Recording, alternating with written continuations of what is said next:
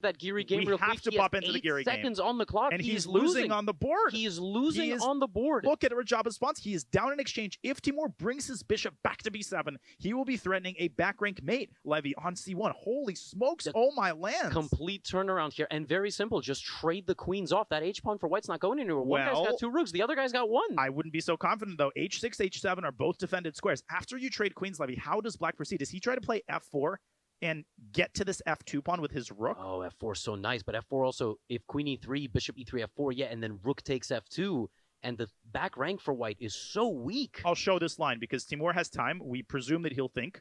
Queen takes e3. If you play fe3, you slice off the bishop. It just is game over. And you get mated on c1, so you have to take with the bishop. And now we're talking about this move f5, f4. Why? Because after bishop f4, Levy, you were giving this line rook f2, bishop e5, and now rook f5, I think. And just these minor pieces are not self-sufficient. You move a piece to one square, here comes the other rook. There is no way Giri is surviving an endgame like this with 6 seconds. If Timur trades queens and finds f4, he might have just won another game. That's oh my God. Unbelievable. And 3.5. he did find it. Yep. 3.5 we're looking at, and this one's totally different than the Hull one, because he was down 2 games. He was down 2 games, and oh my goodness, and look at that opening choice by Timur. We were praising it. All he needs is a couple more accurate moves.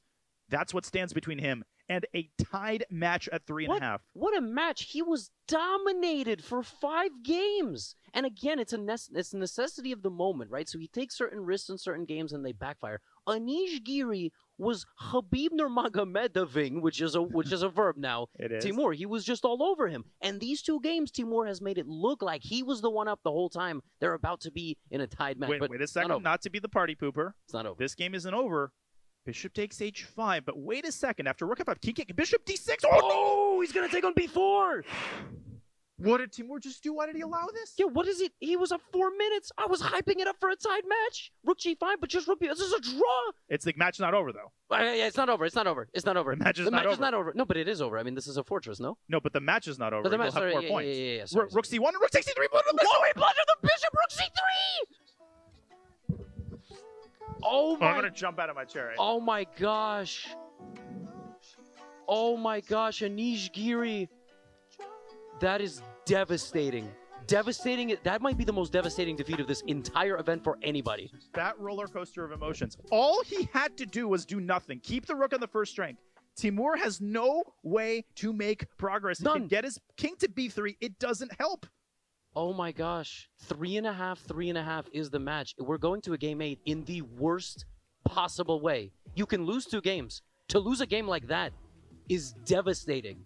I really don't know what to say. That was insane. We're seeing Timur Rajabov, the hero of that game, on camera. He did everything he had to do to win. Messed it up with a shocking oversight, forgetting that the b4 pawn can be captured with a fortress. And then Anish Giri blunders the bishop. We just need an instant replay of the blow-by-blow that we saw in Giri Rajabov. Now, Levy, we could talk about the first part of this game, and it was a textbook positional tactical effort by Timur. He wins the exchange. He gets a winning position. Giri has 10 seconds. Timur has 5 minutes. He does everything right. The craziness starts here after bishop e5 when Timur initiates a tactic that should have ruined everything. Yeah, I mean, he plays this his next few moves, bishop f3, rook g1, and sacrifices, which... That's not a blunder. He doesn't blunder the bishop. Yeah. That's not the mistake part of it. His whole idea was to win back material, but what he completely just failed to realize is he wins back the material, and the game is a draw immediately. Yeah, because the b4 pawn is the heart of black's position. This allows white to set up just the most watertight fortress of all time. Everything is protected. Yep. The bishop is now protected. And all Anish Giri had to do was chill on the first rank. He had to literally move his rook back and forth. And here's the thing, Levy, that occurred to me. You get this position. Anytime Timur goes king c4, you actually can allow king b3, but the easiest is to go rook d4. Yes. Because king b3... It's a great way to lose. It's a great way to go home immediately, right? There is no way that Timur circumvents this. If he moves his own rook away, then you can move your king up to a2. Now you can do this because rook c3 doesn't work anymore.